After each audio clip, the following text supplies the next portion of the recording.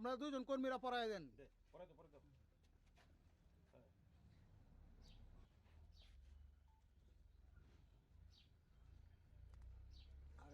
নতুন জীবন হইল যে ওদা করছিলাম আল্লাহর কাছে লাখ কোটি শুকরিয়া, আল্লাহ পূরণ করছে।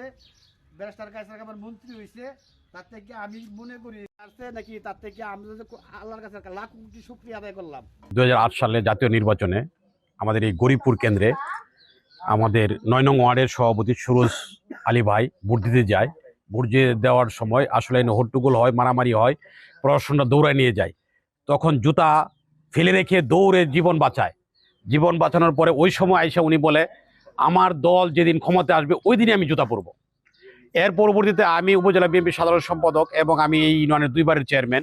আমার পরিষদে প্রায় প্রতিদিনই যায়, সপ্তাহে 2-1 বার যায়। আমি জিজ্ঞেস করি, সুজ ভাই জুতা পরেন, এত শীত, এই শীতের মধ্যে জুতা পরেন না কেন?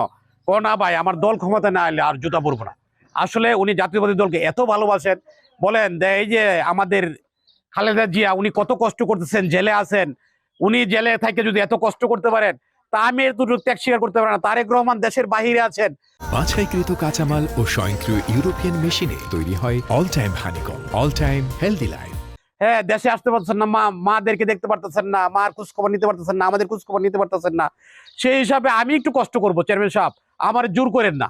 আমি বারবার জোর করলে উনি আসলে জুতা পরতেন না। তবে আজকে আমি মনে করলাম দল ক্ষমতায় আসছে, সুরজ ভাই কষ্ট করতেছে, জুতা পরিধান করতে আসলাম। 8 সালের নির্বাচনে আমি গেছিলাম ভোট দিবার।